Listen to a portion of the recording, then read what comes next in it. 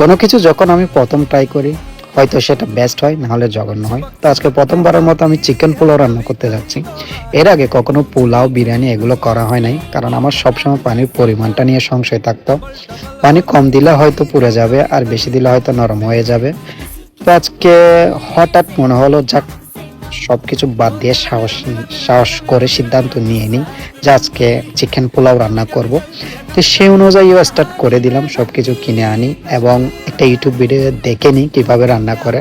তো সেই অনুযায়ী মশলাপাতি সব কিছু দিতে থাকলাম ওয়ান বাই ওয়ান, ওইখানে যেভাবে বলে সেভাবে ফলো করেই, এবং সব কিছু একদম স্মুথলিও যাচ্ছিল, ভালো লাগতেছিল।